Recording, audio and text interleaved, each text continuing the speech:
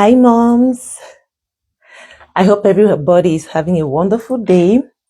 As promised, on Sunday, I said I was going to come on live to talk about something that is dear to my heart. I hope my camera is good.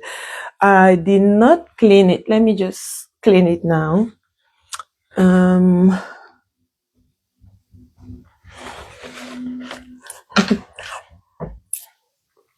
I hope everybody is having a wonderful end of the week. Uh, my day was beautiful today. It's true that I didn't announce again yesterday that I was going to be live today, but I just said, you know what, let me just come on live and do the live. And that's it. Let me just do the live right now. So here I have my computer right there where my notes are. And I want to talk about betting on yourself as a single mom, building anti-fragility. This is very, very important. I know most moms are maybe working and they are having different type of things that they are doing. I know it's not the right time to do the live, but I just decided to get this live out of the way. So I'll be here for quick 30 minutes to share some wisdom and from my own experience as a single mom. My name is Eve Dizini. From my accent, I am a French speaker. I've been in the United States for 10 years now. I started coming on live, I think, last year. I started really coming on live and sharing last year, because I felt like what I needed, as a single mom, it's what I just want to offer online. I want to offer a place of encouragement because I'm a natural encourager. I want moms to feel seen, and I want moms to have the right tool to navigate their single mom life. That's why I came on live. And I want to thank all the moms that are following me. I'm very grateful. Don't take it for granted, because when somebody hit follows, it means a lot to the person. It's just that the person decides to follow you and decides to, you know, hear your own perspective. When I came to the United States, I was a French speaker. I had to navigate the climates, again, the culture. And I had two kids under 6 years old. So my first son was 5 and the other one was 1.5. And very quickly, I knew I had to be independent because it wasn't an easy thing. I don't like to say that, but the people that welcomed me, it wasn't a great experience, but I'm grateful that at least they allowed me in their homes, because if I was to ask, if they were to ask me to pay, I won't be able to do it. So I'm very, very grateful for that. And I had to navigate a lot on my own. I had to do costly mistakes. Yes. I lived in some unsafe neighborhoods. Thank God I was someone who was a very, very prayerful and spiritual woman. So I was able to get a lot of insight, prompting from the Lord that directed my path, and really the mistakes were extremely minimal, and I'm thankful for God for that. But I also learned along the way, and what I learned is what I want to share to any mom out there. Thank you for being here. So how do you bet on yourself?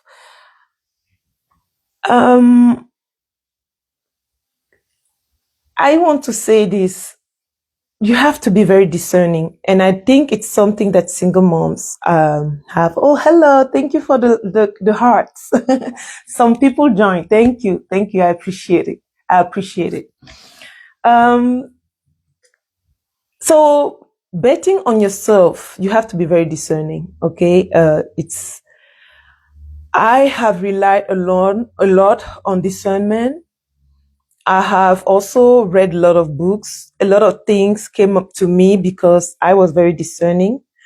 I know who to talk to just by reading. So how can I explain that? As a single mom, you should be able to read the room. You should be able to look at people and analyze the way they do things, analyze the way they approach you, analyze the way they talk to you, analyze the way they treat you. Because if you do not learn to read people, you will have a lot of problems. There are many people around single mothers, and there are different reasons they are around them. And if you're not careful, those people can either drain you, stop your growth, derail you, disencourage you from you doing something that you want. So when I wanted to, for example, I wanted to go to school, okay? When I voiced that, okay, I want to go to school because I believe as my kids are little and I have time to concentrate on myself, because mind you, when kids become teenagers, okay, when they become teenagers, it becomes hard to manage them.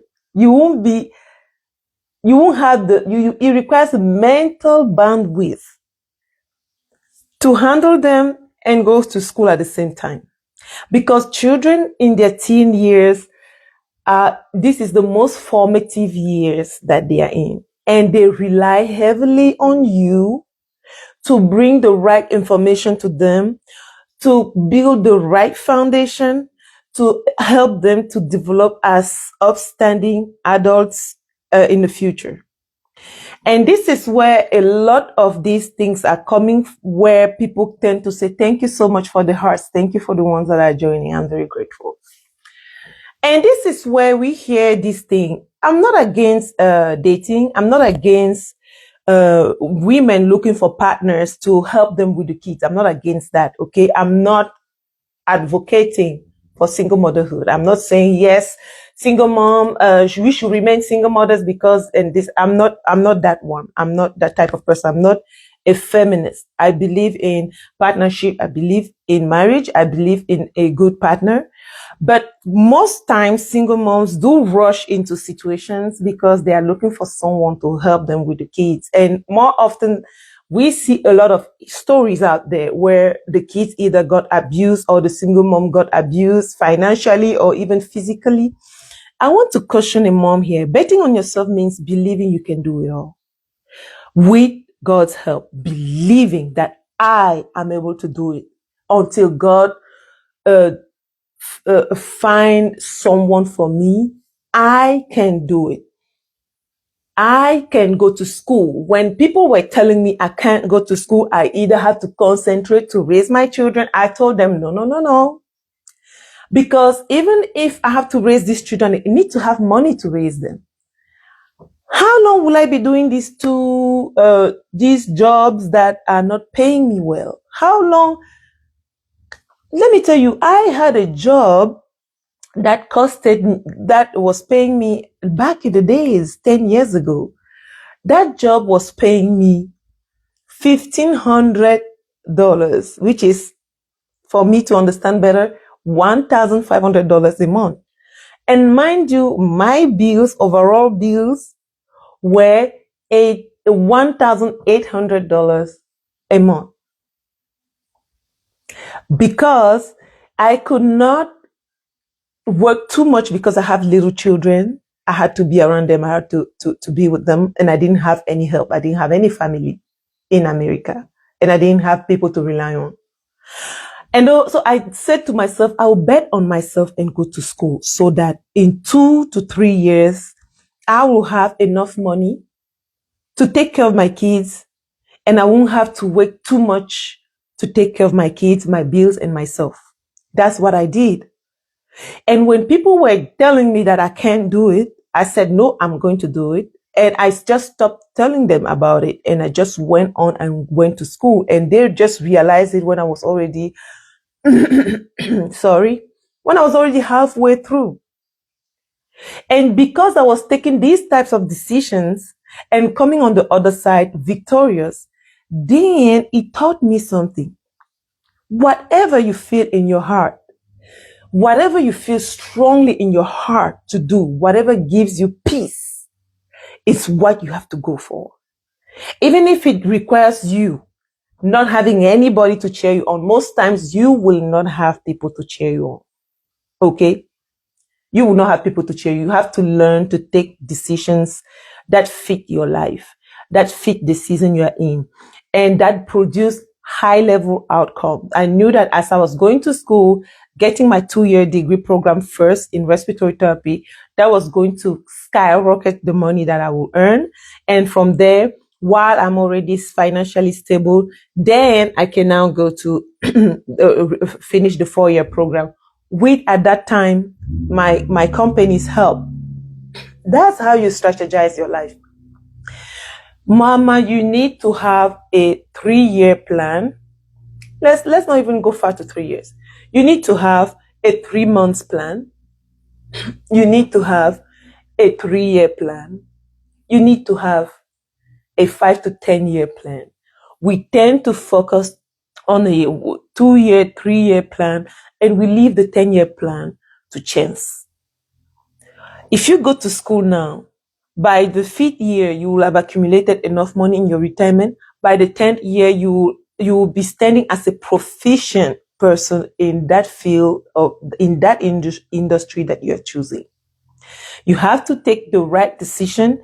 You have to let go of fear. You have to let go of what people say. You have to let go of the statistics. You have to let go of negative people around you to succeed. Nobody is coming for you. That's what has always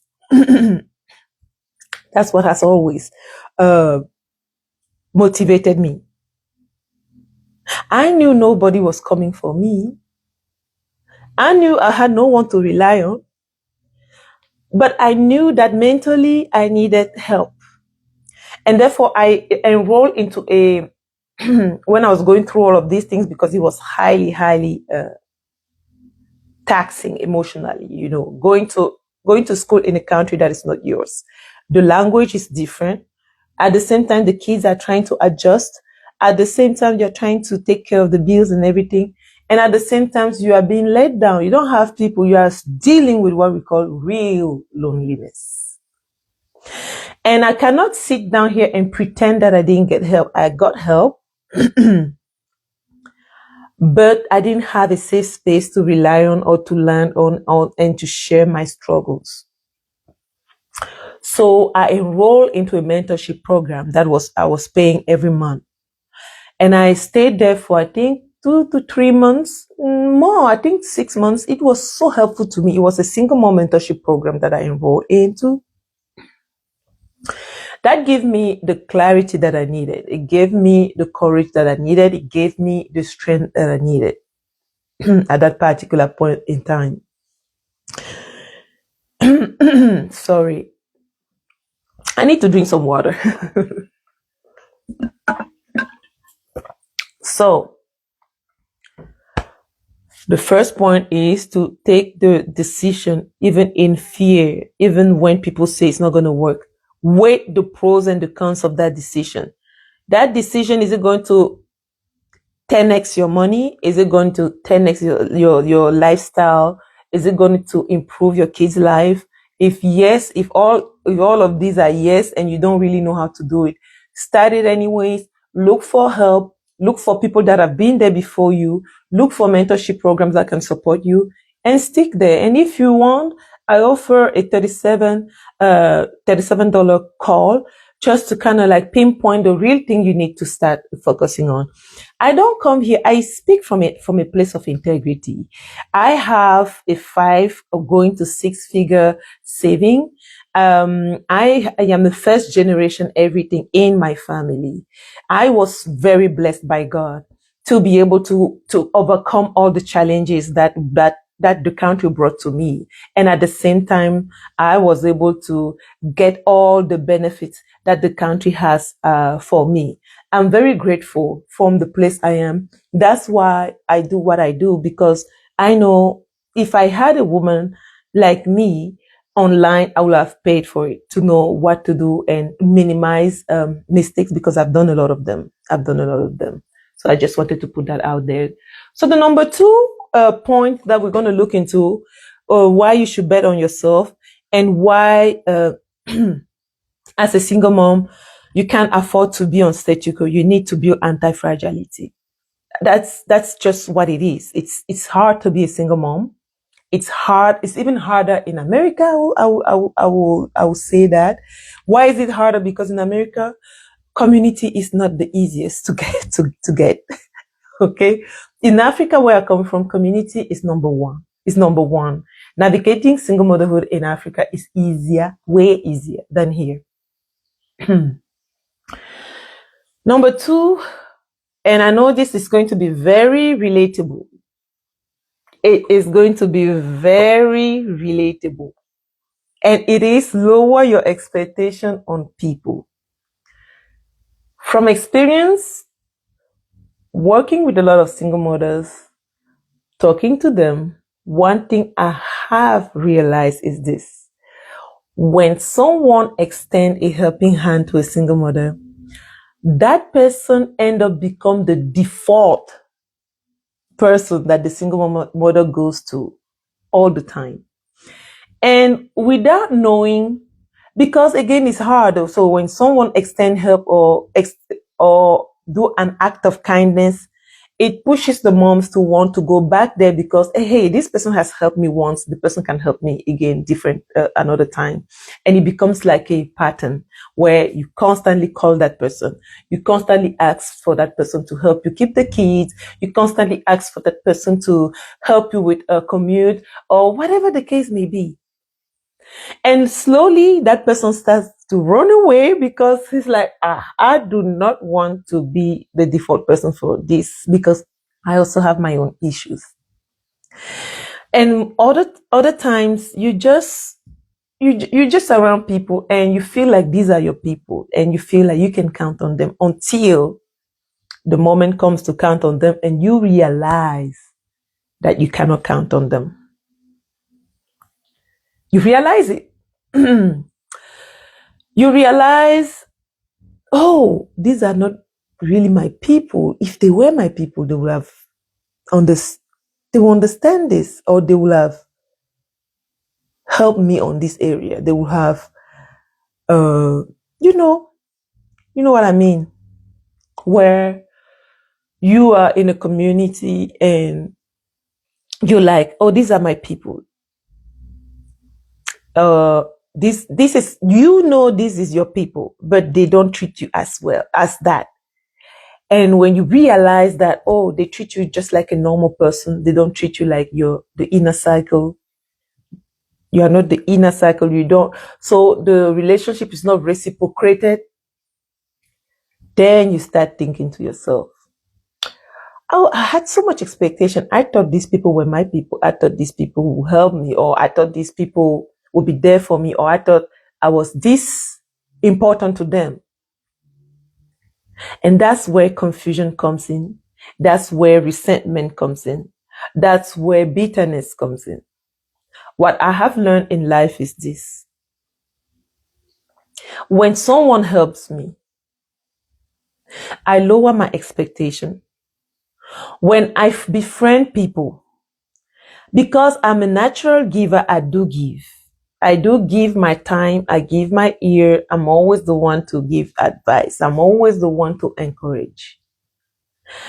But then when I bring up something, the person would dismiss it and say, oh, you're a strong person. You can handle it. And then the person would default back to their own problems. Who can relate to that? Yes. Yes. A lot of single moms go through that. A lot of single mothers go through that. Or you saw this elderly, not elderly, but this person that is a little older than you, that has achieved a little bit of stuff, and you come to the person, you ask for maybe a career advice, or you ask for a financial advice, and all of a sudden the person tells you, I don't really give advice like that.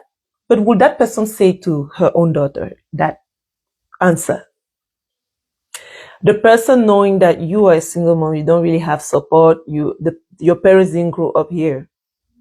So you don't know how the system works. You don't know how things works. But you have seen that this person has achieved a good success. You know what people call success in life. And that person tells you, to be honest with you, I don't really give advice like that. And yet you thought that person was your person because of some of the things the person did to you. But when it came to real stuff like financial advice that can help you with your children, simple, random financial advice. What do you think I should do with this? What do you think I should do with this? The person says, oh, I don't really give this type of advice. And you wonder, will you say that to your own daughter? If she comes and say, hey, this is what I wanted to do with the money. What are your thoughts? Not that if you tell me that's what I will do. What are your thoughts about it? And the person tells you what that oh, I don't really give advice. I don't really you can tell that, oh, and then you go do some mistakes. Meanwhile, the person might have insight, and by giving you insight, then you can research. Because again, as a single, there's not all the decisions will fit your life or fit your current situation. So even when you pay for a session with me, I always say this: what I tell you is what I feel works for most single mothers. You also sit down with that clarity and brainstorm it based off your own life. Based off of your own life. You see, just reduce your expectation of people. When someone helps you, take it and say thank you and see how the person treats you. I will take another example. I had a wonderful woman who came in and helped me. She's my son's teacher. My son is going to be 14 in October. I have a teenager and a preteen. So my son was going to do basketball, and I wasn't going to be available all the time because I work sometimes 2 days, sometimes 3 days, depending. And he needed 5 days. He needed to train 5 days. That's how middle schoolers, they train for basketball. He was in the school basketball, whatever they call it. Full basketball, the school basketball practice. That lady was his teacher. She stepped in and helped my son the whole season. So what I will do is just come to the games. But during the week, she would take my son. She will be the one to reach out to me. She will be the one to say, hey, Eve, do you need a ride? Does your son need a ride? Or she will fix it with my son in school. That's how you read people, and you say, this one I can trust. This one I need to make sure I don't spoil the relationship. And when the basketball season ended, I felt strongly to do a little thank you package for her. Not that she needed it, but as a sign of appreciation. On the other hand, someone might help you today, and then after a month, you ask them, can you please help me with this? And the person behaves as if they don't know you. That's just to tell you they were one-time helpers. Then you have to move on. You shouldn't be resentful. You shouldn't be bitter, but you should move on. Okay? So lower your expectations on people. Okay. And also, to build anti-fragility and to be able to bet on yourself, we need to look at the topic of money. The number one stressor of money, for single mothers, is money. That's why you see single mothers get into relationships with the hope of having the rent split in half. That's why you see a lot of single mothers struggling to leave relationships because they don't want to be paying all the bills by themselves. That's why there's a lot of things going on in the single mom home. That's why a lot of predators are preying on single mothers. And that's also why there's a lot of trauma in single mom homes.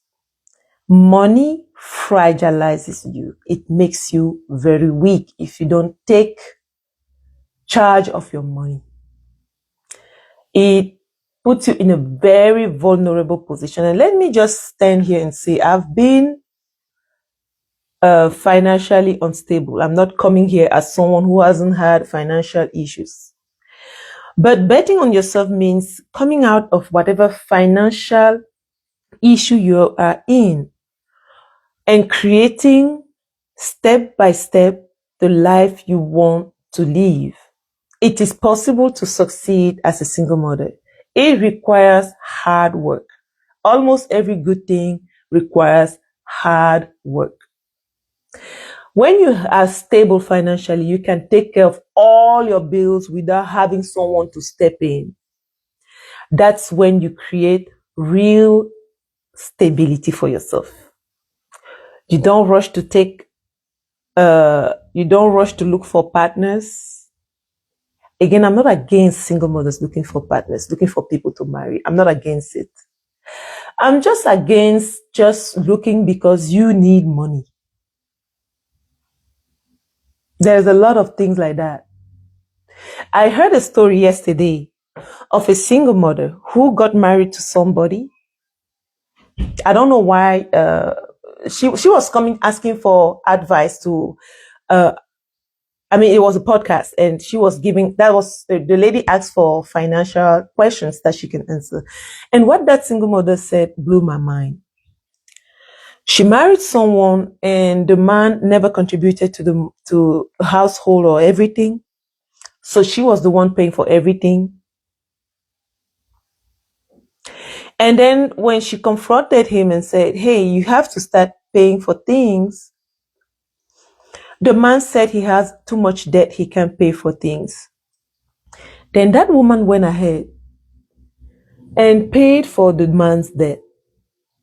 And the man, after 2 weeks, filed for divorce. I know it's not the same as what I was talking about, but I call that financial abuse. I call that financial abuse because he used her to pay his debt and he ran out of the marriage. So what does that tell us? That sometimes single mothers can either pick someone because of societal pressure, because of the shame of being a single mom, so she wants to be married, so people can say she's married. Yet she's the one maybe funding everything. And that is a financial problem because now she's left with financial issues and the man is gone. So she has to start all over again. And her kids have to suffer through it. Meanwhile, if she took her time and brought someone that actually has equal money as her and they can come together and partner together, she won't be in that situation where she helps someone pay the bills and the person disappears. It means the person had never had the intention to be with her. He just sensed that, oh, this woman really wants to get married. She really wants a man in the house to take care of the children or to be a father figure to the children. Let me tell you this. When you become a single mother, God gives you the ability to operate as a sweet mother. You can be a man, but he also gives you the abilities to stand strong and lead.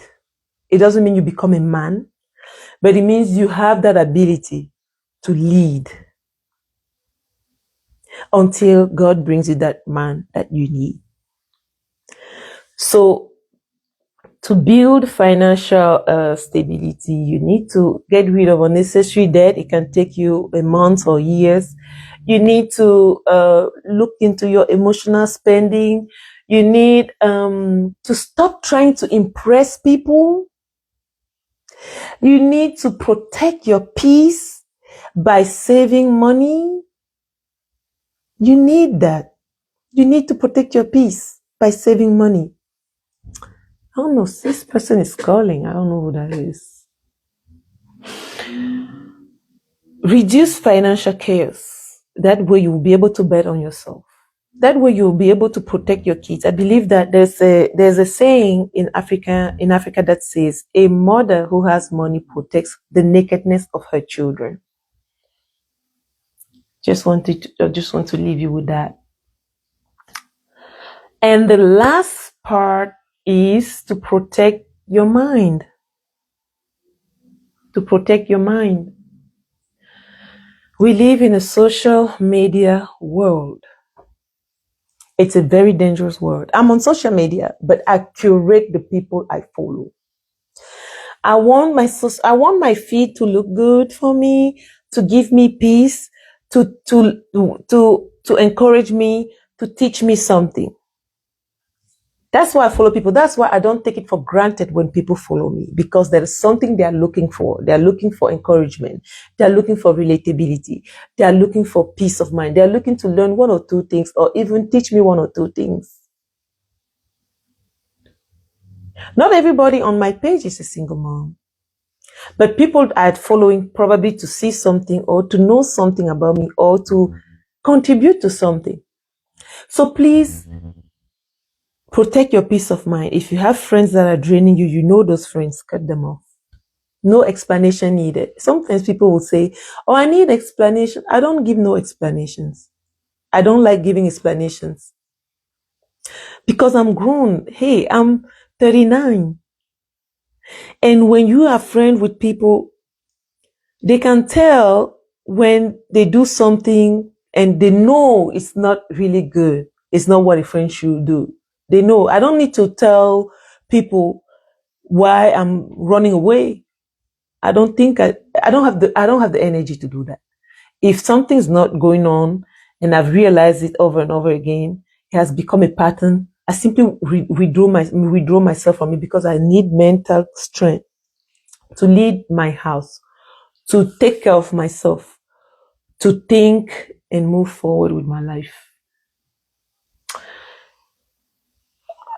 And that's it.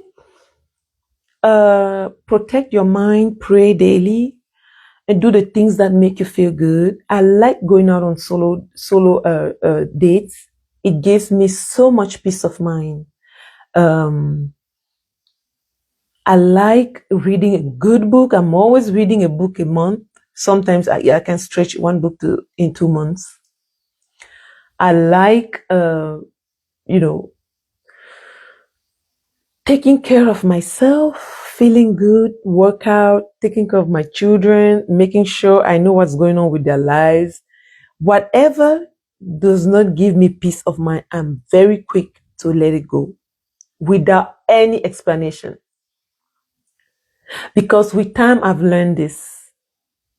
If something does not give me peace of mind, it's too costly for me. I can't keep that thing with me. I can't. So moms, we are coming to the end of the live. I hope it helped somebody. I want to present my 100-day Grow Crush for single mothers. It's found on Amazon. You can click the link on the description or the bio and you're going to get your copy. This is a proven strategy that helped me get my degree, get my savings, do a lot of things for myself.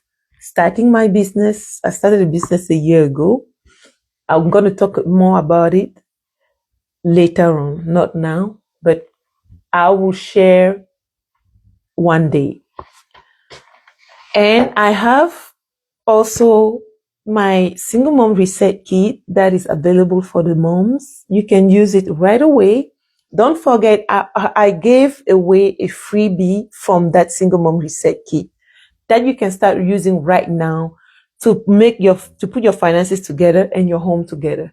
All you need to do is just to go to the link on my bio or the description, click on the link and get your free copy. It's like 12 pages and it's going to help you out. You can go ahead and do that. And I have sessions online. If you are thinking of going back to school, I can give you some insights about that because I've been to school. I've been in corporate as a claim assistant and I am in healthcare as a registered respiratory therapist. And before that, I also worked in the IT department. back in Africa. So I have a little bit of insight when it comes to career. You can DM me and let's talk about it, or you can check the link on my bio and book your 45-minute call, or book a full 2 hour Zoom session with me. Thank you for being here. I see you next time. Bye for now.